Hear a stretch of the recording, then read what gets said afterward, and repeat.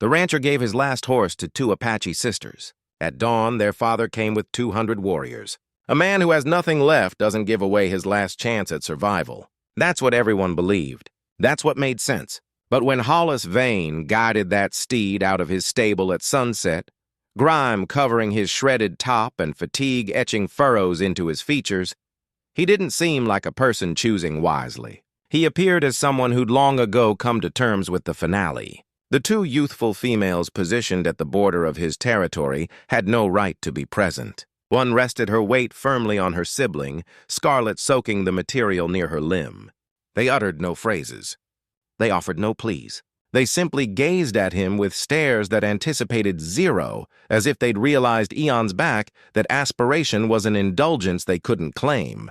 Hollis had passed 3 months in isolation on that deteriorating homestead. 3 months since the parched weather ruined his yields. 3 months since he'd conversed with any breathing entity. And during all that span, the single item he'd defended, the sole creature he'd sustained, was that mount, his ultimate fragment of worth, his only path to freedom. Yet an element of the hush shared by those kin fractured a piece inside him, or possibly repaired a segment that had remained damaged for much greater duration. He bestowed the horse upon them. No chatter, no rationales, just unlatched the bridles and extended them outward. The senior sibling eyed him as though he'd presented her with a charged gun. The junior one's vision broadened, puzzlement intertwining with an emotion resembling alarm. This contradicted the mechanics of reality. Gentlemen like him didn't commit deeds such as this. Not for individuals like them. But Hollis merely dipped his chin toward the skyline where the waning illumination was fading and withdrew. They claimed the horse and faded into the descending gloom. What Hollis failed to realize, what he couldn't have anticipated, was that an onlooker had been observing from the elevated hilltop. An individual who'd observed the whole event. Someone who would convey that scene back to a settlement where 200 fighters anticipated a report. And as daybreak shattered the subsequent morning, the distant view altered. It brimmed with silhouettes, scores initially, then legions, progressing together, directing right at the farmstead. Hollis positioned himself in his entryway, observing their advance, and understood he'd selected an option that couldn't be revoked. Whatever ensued was already underway. The puzzle wasn't if they'd get to him. The puzzle was their motive for approaching and their actions upon arrival. Hollis didn't budge from the entryway. His palms dangled by his hips, digits slack yet shaking. The gun rested against the casing at his back, close enough to grab, but ignored. He'd foreseen this instant arriving. A portion of him had sensed it. From the very moment he'd relinquished those straps. The figures on the horizon expanded, assuming shape. Horsemen, innumerable. They advanced in order, structured and purposeful. The noise hit him prior to distinguishing specific countenances.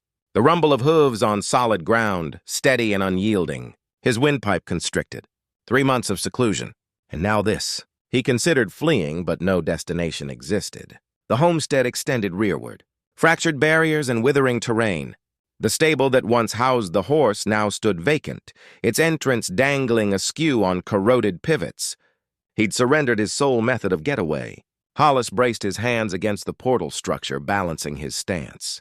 The sun ascended further, severe and merciless, casting elongated shades over the grounds. Particles billowed from the nearing horseman like haze blurring specifics. He narrowed his eyes, attempting to discern. Had the junior sibling endured the evening? Had they reached their intended spot? Or had a graver incident occurred? Something that drew this force to his threshold? The inquiries swirled in his belly, mingling with another sensation. Not exactly remorse, more akin to acceptance. He'd executed a decision.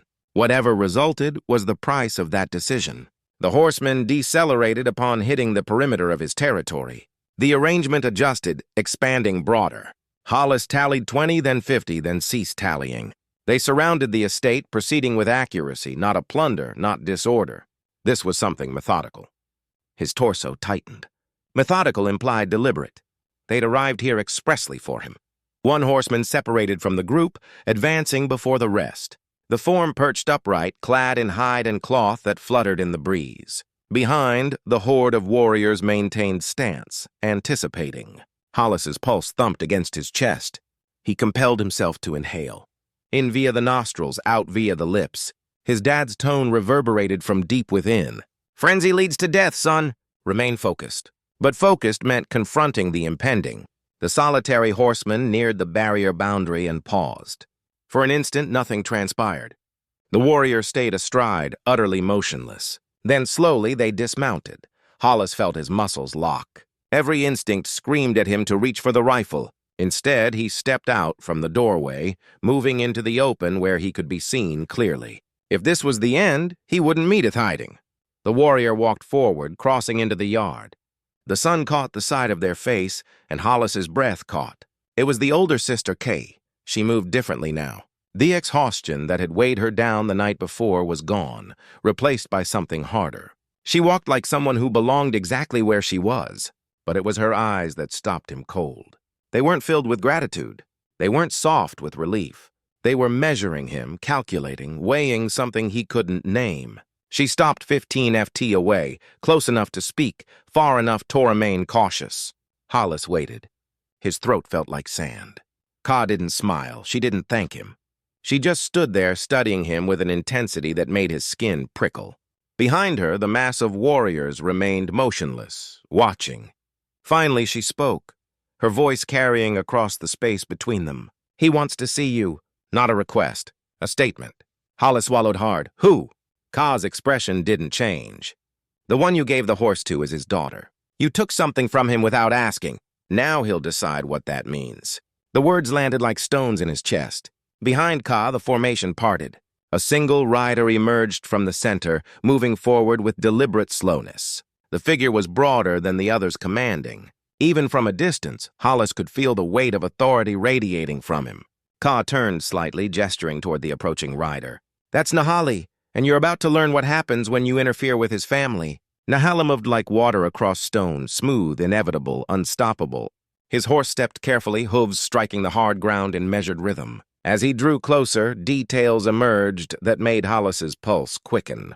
The man was older than he'd expected. Gray threaded through black hair that fell past his shoulders. Scars marked his arms, visible even from a distance. Lines that told stories of survival. But it was his face that held Hollis frozen, weathered, hard, and completely unreadable. Hollis forced himself to stand straight. His legs felt weak, but he locked his knees. Running wasn't an option. Begging wouldn't help. Whatever judgment was coming, he'd face it standing. Na stopped 20 ft away and dismounted in one fluid motion. He landed without sound, feet planted wide. For several seconds, he simply looked at Hollis. Not with anger, not with curiosity, with something closer to assessment, like a man examining an object whose purpose he didn't yet understand. Hollis's mouth went dry. He wanted to speak, to explain, but the words stuck in his throat. What could he possibly say? That he'd felt sorry for them? That he couldn't stand by and watch? That something in him broke when he saw that younger sister bleeding? None of it would matter. Not a father who just learned a stranger had touched his family's fate. Na walked forward, each step deliberate. Hess stopped within arm's reach, close enough that Hollis could see the deep lines around his eyes, the set of his jaw, the way his breathing remained perfectly controlled. Up close, the man was even more imposing, taller than Hollis by 2 in, broader through the shoulders. Everything about him spoke of strength that came from decades of necessity, not choice. You gave them the horse. Nahali's voice was low, graveled, but clear. English spoken with careful precision. Hollis nodded. His voice came out rougher than intended. Yes. Why? The question landed like a challenge. Hollis felt the weight of 200 warriors watching from behind Nahali. One wrong word, one perceived insult, and this ended badly. But lying felt worse than dying. They needed it more than I did. Nahali's eyes narrowed. You knew who they were. No, you knew what giving away your last animal meant. Hollis's jaw tightened. Yes, and you did it anyway. It wasn't a question. Hollis said nothing. Nahali took another step forward, closing the distance until they were almost chest-to-chest.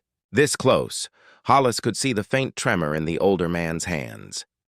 Not from fear or weakness, but from something restrained, something held tightly under control. My daughter told me what you did, Nadita. The younger own. She would have died without that horse. They were being hunted. 3 men following them since dawn. If they'd been caught on foot, he didn't finish. He didn't need to. Hollis felt something shift in his chest. Is she all right? Nahali's expression flickered. just for a moment. Something like surprise crossed his features. Then it was gone, replaced by that same unreadable mask. "She's alive because of you." The words should have brought relief. Instead, they hung in the air like an unfinished sentence. Na turned slightly, glancing back toward the warriors. Then he looked at Hollis again. And this time, there was something different in his gaze. Something that made Hollis's stomach drop. "3 men were tracking my daughters. They were found this morning, half a day's ride from here." Hollis waited, tension coiling in his gut. They'd been asking about a rancher, white man living alone. They wanted to know if he'd seen 2 Apache women. They were going to come here next. The implication hit like a fist. Those men had been headed to his ranch looking for the sisters. If Hollis had kept the horse. If he'd sent the women away on foot, they would have been caught, and he would have been questioned. Maybe worse. "You didn't just save my daughters," Nahali said quietly. "You made yourself a target."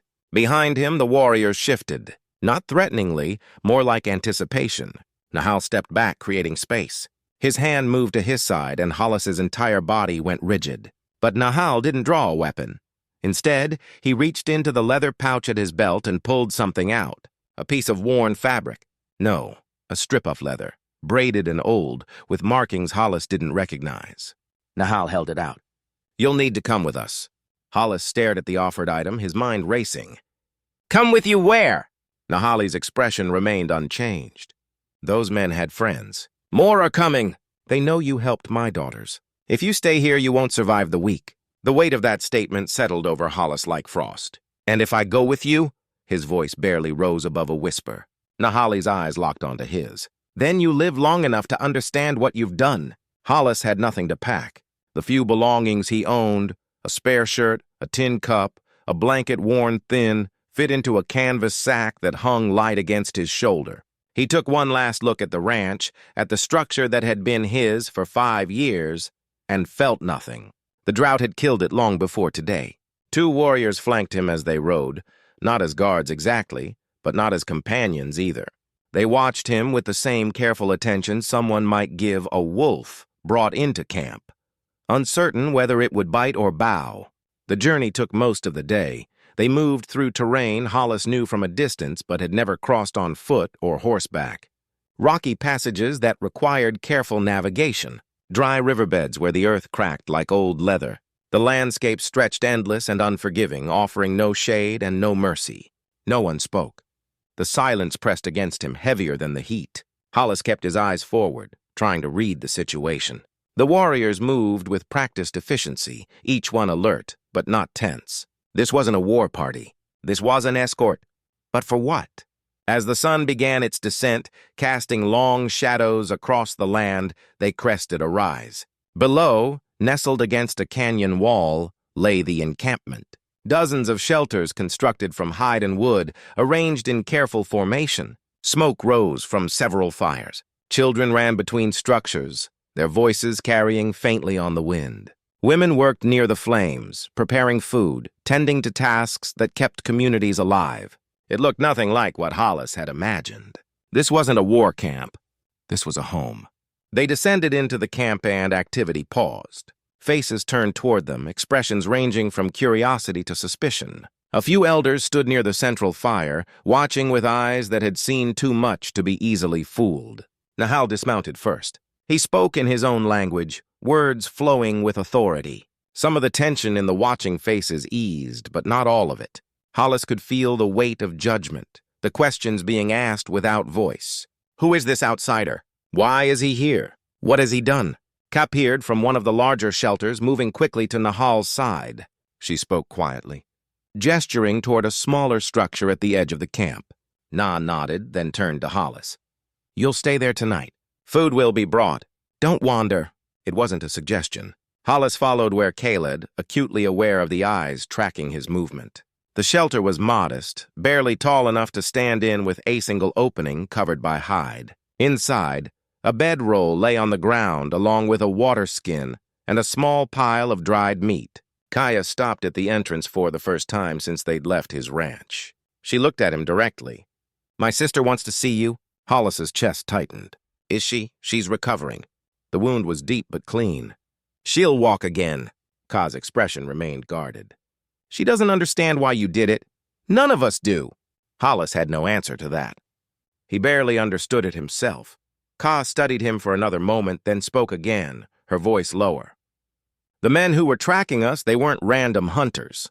They worked for someone who has reason to want our father's family dead. The words settled like ice in Hollis's gut. Who?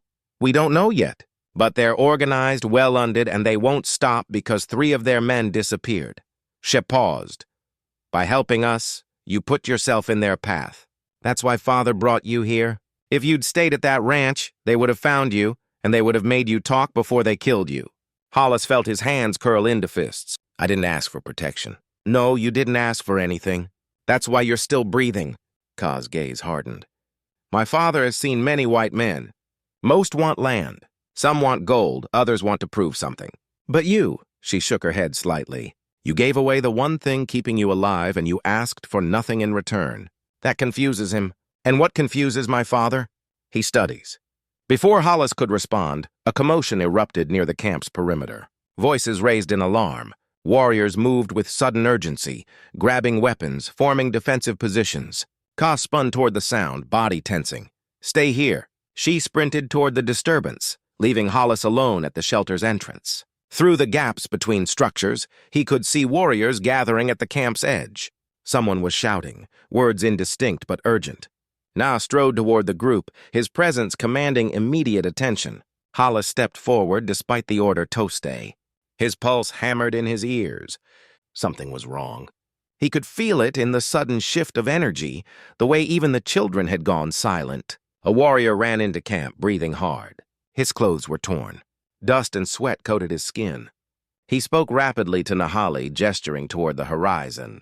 Nahal's expression darkened. He barked orders and the camp exploded into controlled chaos. Warriors mounted horses. Elders ushered children into shelters. Women gathered weapons of their own. Hollis caught Ka as she rushed past. What's happening? She jerked her arm free, eyes blazing. They found us. A group of riders, maybe 20, heading this way. His stomach dropped. The men hunting your family? Worse. She looked at him with something close to accusation. They're not just hunting us anymore. They're asking about a rancher, a white man who helped 2 Apache women escape. The implication crashed over him like a wave. They weren't just coming for Nahal's family. They were coming for him too. Nahal didn't waste time with explanations. He moved through the camp, issuing commands, his voice cutting through the rising tension like a blade through fabric. Warriors responded instantly, forming defensive positions along the canyon's edge. Archers took elevated positions. Others created barriers using whatever materials were available. Carts, supply bundles, even saddles stacked strategically. Hollis stood near his assigned shelter, usefulness and helplessness wearing in his chest. He wasn't one of them. He had no place in their defense, but standing idle while people who'd offered him protection faced danger felt wrong on a level he couldn't articulate. Ka reappeared, moving with purpose. She thrust a rifle into his hands. His own taken from the ranch. If you know how to use it, use it. If you don't, stay out of the way. Hollis checked the chamber. Still loaded. He looked at her. I'm not hiding while others fight because of me. Something flickered in her expression. Not quite respect, but acknowledgement. Then stay close to Father. He'll tell you where to position. She moved away before he could respond. Hollis found Nahali near the center of the defensive formation, speaking with 3 older warriors. Maps drawn in the dirt showed the canyon's layout, escape routes, vulnerable points. Nahali looked up as Hollis approached, his gaze sharp and assessing. You know how to shoot? Well enough. Nahal gestured to a position behind a natural rock formation that offered both cover and a clear sight line toward the camp's entrance. There. Don't fire unless I give the order. We don't know what they want yet. Hollis moved into position, his heart hammering against his ribs. The sun had nearly set, painting everything in shades of orange and shadow. In the fading light, the approaching riders became visible, dark shapes cresting the ridge above the canyon. 20. Just as their scout had reported, maybe more behind them. They rode in formation, confident and unhurried. These weren't random drifters or opportunistic thieves. This group moved with military precision. Nahali stepped forward, standing in open ground where he could be clearly seen. He held no weapon. His hands remained at his sides, posture straight and unyielding. The message was clear. He wasn't backing down, but he wasn't attacking first either. The riders descended into the canyon, spreading into a loose semicircle that cut off the main exit. Their leader dismounted, a tall man with a beard going gray, dressed in worn leather, and carrying himself like someone accustomed to authority. Two others flanked him, hands resting on their holstered weapons. The bearded man spoke, his voice carrying across the space. "We're looking for two women, Apache, young, one injured. We have reason to believe they came through here." Nahal's expression remained impassive. "Many people come through here. These two were helped by a rancher, white man living alone north of here. We need to speak with him, too." From his position behind the rocks, Hollis felt his blood run cold. They weren't even pretending this was about something else. They'd connected him to the sisters. They knew exactly what had happened. Nahali didn't move. "Why do you seek them?" The bearded man's jaw tightened. "That's between us and them. No concern of yours. Everything that happens on this land is my concern." Nahal's voice remained level.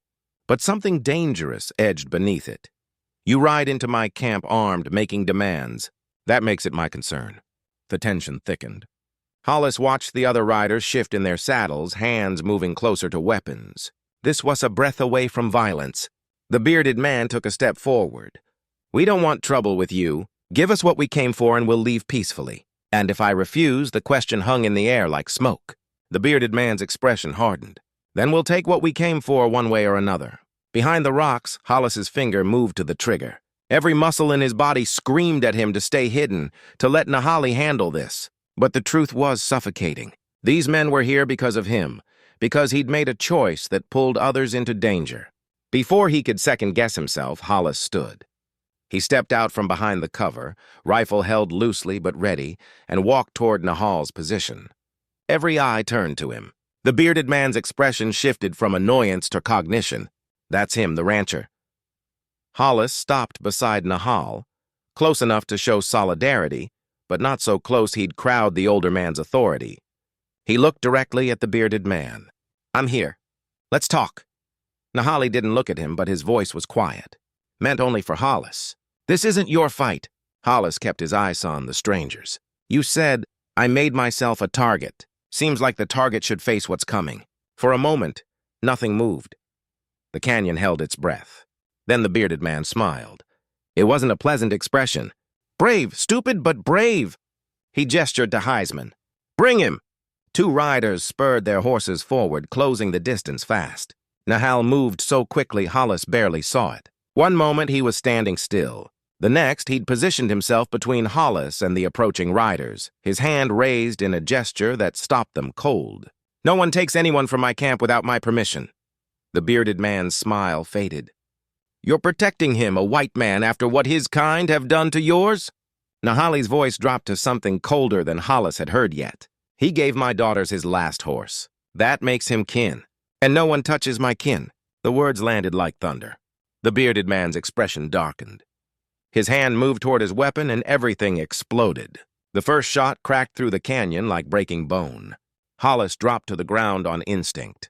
Dirt exploding inches from where he'd stood. Nahal moved with him, both hitting cover behind a supply cart as chaos erupted around them. Apache warriors returned fire from elevated positions, their aim precise and devastating.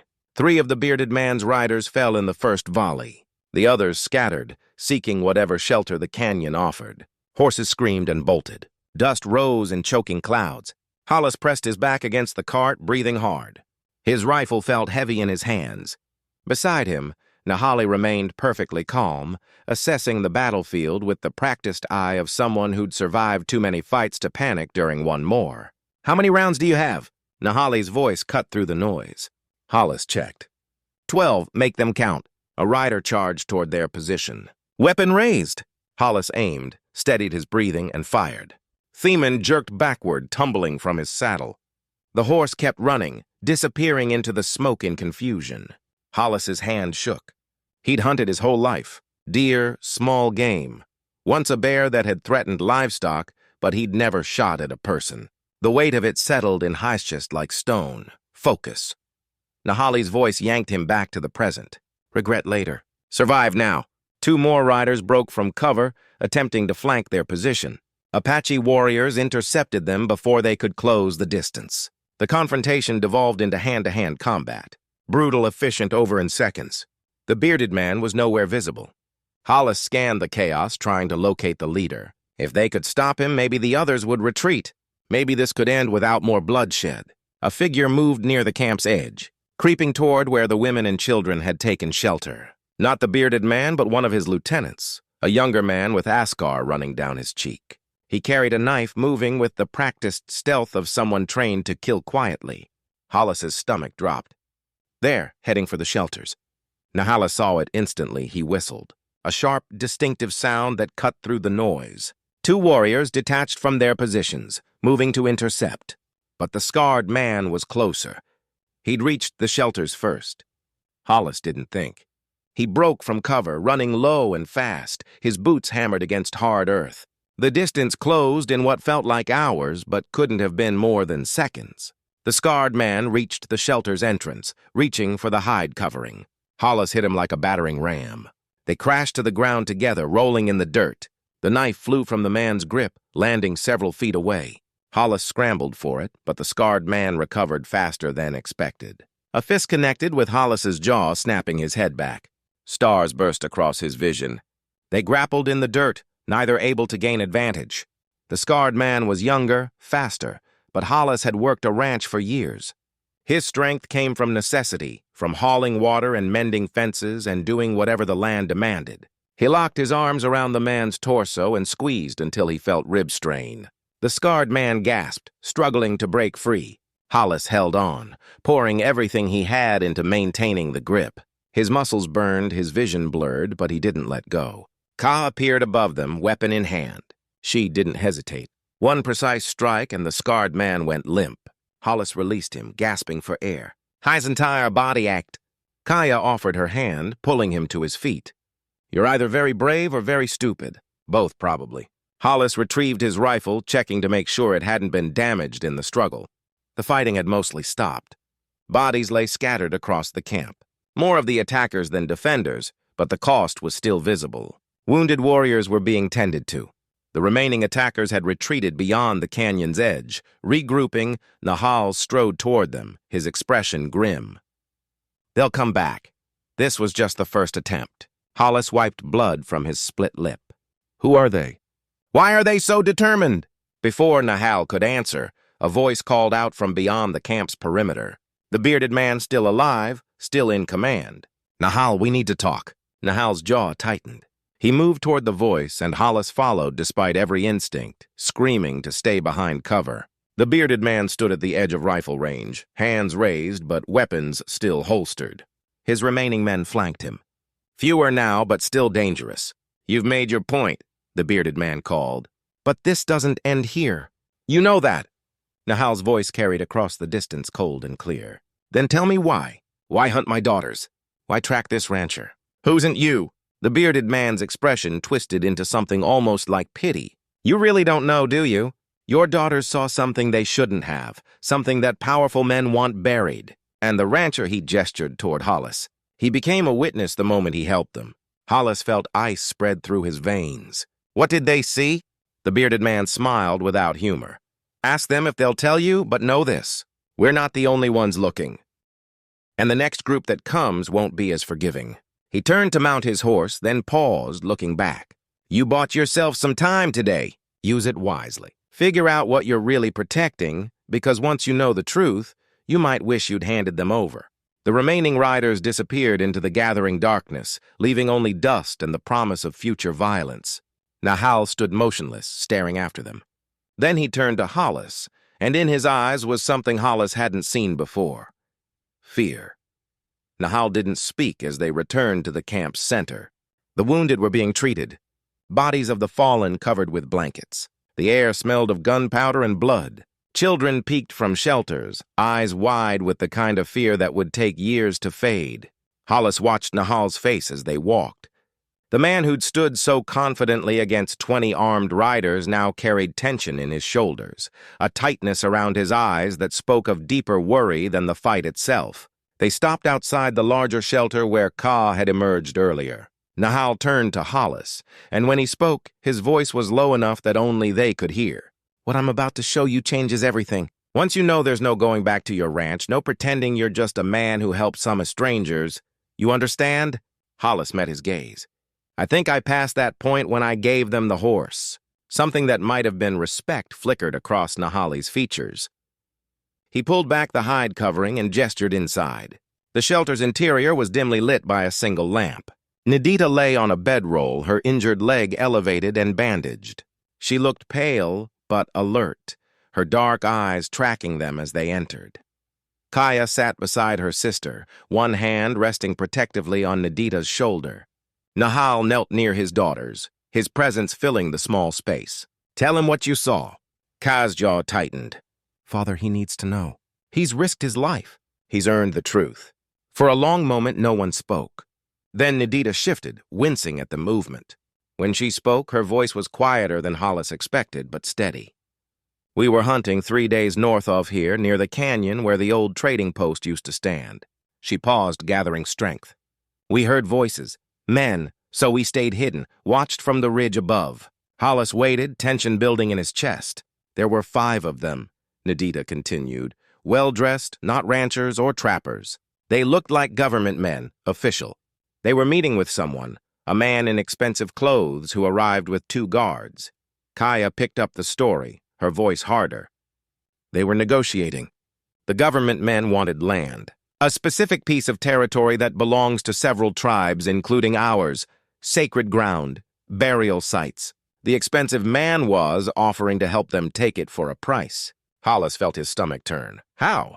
By making it look like we'd violated treaty terms, staging attacks, blaming our people, giving them justification to move us off the land. Ka's hands curled into fists. They discussed it openly. How many would need to die to make it convincing which settlements to hit first? The implications crashed over Hollis like a wave. Land seizure wasn't new. He'd heard stories, seen families displaced, watched as promises got broken with bureaucratic efficiency. But this was different. This was premeditated, organized, murder disguised as policy. They saw you. Hollis looked at Nidita. She nodded. One of the guards. He spotted us on the ridge. We ran. They followed.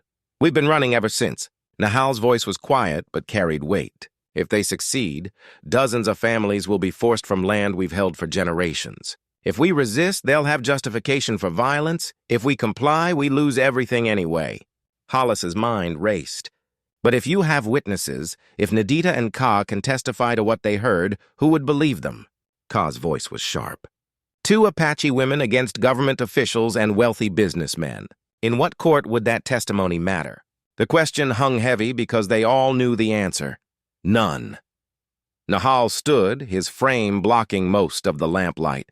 This is why they hunt so relentlessly. This is why more will come. Those men can't afford to leave witnesses. And now you're a witness too. You sheltered them. You helped them escape. That makes you dangerous to their plans. Hollis felt the full weight of his choice settling on his shoulders. He'd known giving the horse was risky, but he hadn't known it would pull him into something this large, this organized, this deadly. So, what do we do? His voice came out rawer than intended. Nah studied him for a long moment. You've already done more than anyone had a right to expect. You could leave, disappear, change your name, start somewhere else. Hollis thought about his ranch, already dead, his life there, already over. He thought about the moment he'd seen those 2 sisters, exhausted, bleeding, expecting nothing, and how something in him had broken at the sight. No, he said quietly. I gave them the horse. That makes them kin, right? That's what you told those writers. Nahali's expression didn't change, but something shifted in his eyes. You understand what that means? You're choosing this fight, choosing to stand against people with resources and authority, and the willingness to kill anyone who threatens them. Hollis met his gaze steadily. I'm choosing not to run from people who want to murder families so they can steal land. Seems like a pretty clear choice to me. For the first time since they'd met, Nahali smiled. It was brief, barely visible in the dim light, but genuine. Then we plan because running won't save anyone. But the truth, properly delivered to the right people, might. Ka looked between them. Father, even if we find someone to listen, those men will come for us before we can reach anyone who matters. Nahal's smile faded. I know. That's why we need to move tonight before they regroup, before they bring more men. Hollis's pulse quickened. Move where? Nahali turned to face him fully. There's a federal marshal 2 days' ride from here. He's one of the few officials I've met who actually honors his word. If we can reach him, tell him what my daughters witnessed. Show him the evidence. What evidence? Hollis interrupted. Nidita reached beneath Herb's roll and pulled out a folded piece of paper, worn and stained, but intact. I grabbed this from the expensive man's saddlebag. While they were distracted searching for us, she handed it to Hollis. He unfolded it carefully, holding it toward the lamp. It was a contract detailed, specific outlining payments, timelines, and methods for removing native families from designated territories. Signatures at the bottom, official seals, government stamps, names Hollis didn't recognize, but which clearly held authority. His hands shook as he read. This wasn't speculation. This was proof. They'll kill everyone in this camp to get this back, Hollis said quietly. Nahal nodded. Yes, which is why we leave in 1 hour. Small group fast. You, me, my daughters, and 2 warriors I trust with my life and everyone else. They scatter, hide, make it impossible to track where we've gone. Nahal's voice was firm. It's the only way we get this evidence to the marshal or everyone dies anyway. Hollis looked at the contract again, at the signatures that condemned people to death for profit. He thought about his empty ranch, his dead life, the choice he'd made that led to this moment. 1 hour, he agreed. Outside, the camp began to move with urgent purpose. Families gathering belongings, preparing to disappear into the night. Warriors checking weapons, horses being readied. Hollis stood at the shelter's entrance, watching the organized chaos, and wondered if any of them would survive long enough to deliver the truth, and if anyone would care, even if they did. They rode through darkness, guided only by moonlight, and Nahali's knowledge of terrain most men couldn't navigate in full daylight. 6 riders total, Nahali leading, followed by Khan Nidita sharing a horse. 2 warriors named Takakota and Kuruk flanking them, and Hollis bringing up the rear on his own horse, returned to him before they departed. The same horse he'd given away. The choice that started everything. They traveled in silence, pushing the horses as hard as they dared without risking injury. Behind them, the camp scattered like seeds on wind, families disappearing into the landscape, making themselves invisible. Hollis wondered how many would survive if this plan failed. The contract remained tucked inside Nahali's shirt, wrapped in oiled cloth to protect it from the elements. That single piece of paper carried more weight than gold. It was evidence, proof, the difference between justice and massacre. Dawn broke cold and gray. They'd covered significant distance, but not enough. Takakota, scouting ahead, returned with news that tightened everyone's spines. Riders, 8, maybe 10, moving fast. They're tracking us, Nahali's jaw said. How far? An hour behind. Maybe less if they don't stop. The group exchanged glances. Nidita's face had gone pale, her injured leg clearly causing pain despite the bandages. Ka's hand moved to the rifle strapped to her saddle. The warriors checked their weapons without speaking. Hollis calculated distances in his head. 2 days' ride to the marshal. Nahali had said they'd covered maybe a third of that. If pursuers caught them now, outnumbered and in open territory, the contract wouldn't matter. None of them would survive to deliver it. We need to buy time, Nahali said, his voice cutting through the tension. Split up, make them choose. Ka shook her head immediately. Father, no, not negotiable. Nahal's tone left no room for argument. Takakota, Kuruk, you take my daughters north. Follow the river route, safer but longer. The rancher and I go east, draw the pursuit. Hollis understood instantly. The contract was with Nahali. If the pursuers wanted it badly enough, they'd follow whoever they thought had it. And Nahal wouldn't trust anyone else to carry something that important. They'll know you have it, Hollis said quietly. They'll come at you with everything. Nahal met his eyes. Yes, which is why I need someone who can shoot straight and won't run when things turn bad. It wasn't a question. It was a statement of trust that Hollis hadn't expected, but found himself accepting without hesitation. The group split within minutes. Takakota and Kuruk rode north with the sisters, Nidita casting one last look back before they disappeared into a canyon passage. Na and Hollis turned east toward rougher terrain and the pursuers behind them. They rode hard for another hour before Nahal signaled to stop. They'd reached a narrow passage between two rock formations, defensible with high ground on both sides, but limited escape routes. "Here," Nahali said, dismounting. "We make our stand." Hollis slid from his horse, legs protesting after hours of riding. "We can't hold them off forever." "Don't need forever, just long enough for my daughters to get clear." Nahali pulled the contract from his shirt, looking at it for a long moment. Then he handed it to Hollis. "If something happens to me, nothing's happening to you. If something happens," Nahali continued firmly, "you get this to Marshall Garrett, town called Redemption, 2 days northeast from here. You tell him everything. Make him listen."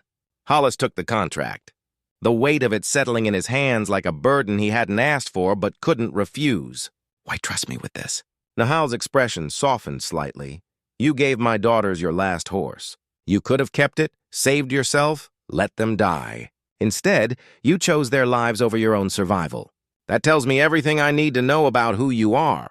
Before Hollis could respond, the sound of approaching riders echoed through the passage. Too many horses too close. They took positions on opposite sides of the passage, using rocks for cover. Hollis checked his rifle. 8 rounds left. He'd need to make every shot count. The riders appeared at the passage entrance. Not 8 or 10, 15. Moore had joined the pursuit. The bearded man led them, his face twisted with determination. He spotted Nahali and Hollis immediately. His voice carried across the distance, sharp and unforgiving. "This is your last chance. Give us the contract and you can walk away." Nahali stood exposing himself fully. "Come take it." The response was immediate. Rifles raised, Hollis saw it happening, saw the bearded man's hand drop, saw fingers tighten on triggers. Time fractured into individual moments. Hollis fired first, dropping the nearest rider. Nahal's shot followed, precise and deadly, but there were too many. Return fire exploded around them, bullets ricocheting off rock, kicking up dirt and stone fragments. Hollis ducked behind cover, reloading with shaking hands. His heart hammered against his ribs. This wasn't like the camp. There was no reinforcement coming, no warriors to even the odds, just 2 men against 15. A bullet struck near his head, close enough that he felt the displacement of air. He returned fire blindly, forcing the attackers to take cover. Across the passage, Nahali fought with calm efficiency, each shot deliberate, but even he couldn't hold forever. The bearded man called out again, his voice thick with frustration. "You're dying for nothing. That contract won't change anything." Hollis pressed his back against stone, breathing hard. The contract pressed against his chest, safely tucked away. He met Nahal's eyes across the passage. The older man nodded once, a gesture of understanding, of acceptance. They were going to die here, but the contract would survive. The truth would survive, and sometimes that was enough. Hollis raised his rifle, ready for whatever came next. The sound of gunfire from behind the attackers changed everything. Hollis looked up from his cover, confusion mixing with desperate hope. The bearded man's group spun around, caught between 2 forces. New riders poured into the passage. A dozen men in federal uniforms, led by a man wearing a marshal's badge that caught the morning light. Marshal Garrett had found them first. The bearded man's crew scattered immediately, but there was nowhere to run. The passage offered no escape routes. Within minutes, federal officers had surrounded the remaining attackers, weapons drawn, orders shouted with the authority of law behind them. Hollis lowered his rifle, legs shaking so badly he had to lean against the rock to stay upright. Across the passage, Nahali emerged from cover, blood on his sleeve but still standing. Marshal Garrett dismounted, his weathered face grim as he surveyed the scene. He was older than Hollis expected. Gray hair, deep lines around sharp eyes that had seen too much to be easily fooled. He approached Nahali first, recognition clear between them. "Got word you were heading my direction," Garrett said. "Figured if you were making a run for me specifically, the situation was bad." Na's response was quiet but steady. "Worse than bad. We have evidence of government conspiracy to seize tribal lands through manufactured violence." Garrett's expression hardened. He looked at his men securing the prisoners, then back to Nahali. "Show me." Hollis pulled the contract from inside his shirt, hands still trembling from adrenaline. He handed it to the marshal without a word. Garrett unfolded it carefully, reading in silence. With each line, his face grew darker. When he reached the signatures at the bottom, he swore under his breath. a short, vicious curse that carried more weight than anger. These are federal officials appointed men. He looked at Nahali. You understand what this means? The investigation this will trigger. I understand it means families won't be slaughtered for profit. Nahali's voice was firm. That's enough. Garrett nodded slowly. He turned to Hollis, studying him with the same sharp assessment. And you are? The rancher who gave his horse away and got pulled into all this. Hollis's voice came out more bitter than he intended. Something shifted in Garrett's expression. Not quite sympathy, but understanding. The report mentioned a white man who helped Nahala's daughters escape. Said you gave them your last means of transportation, knowing it would cost you everything. Hollis said nothing. What was there to say? Garrett folded the contract carefully, tucking it into his coat. This evidence will be heard in a proper court with proper witnesses. The men who planned this will answer for it. He gestured to the captured bearded man, now being bound by federal officers, including your friends here, who thought intimidation and murder were acceptable tools. The bearded man's face was ashen.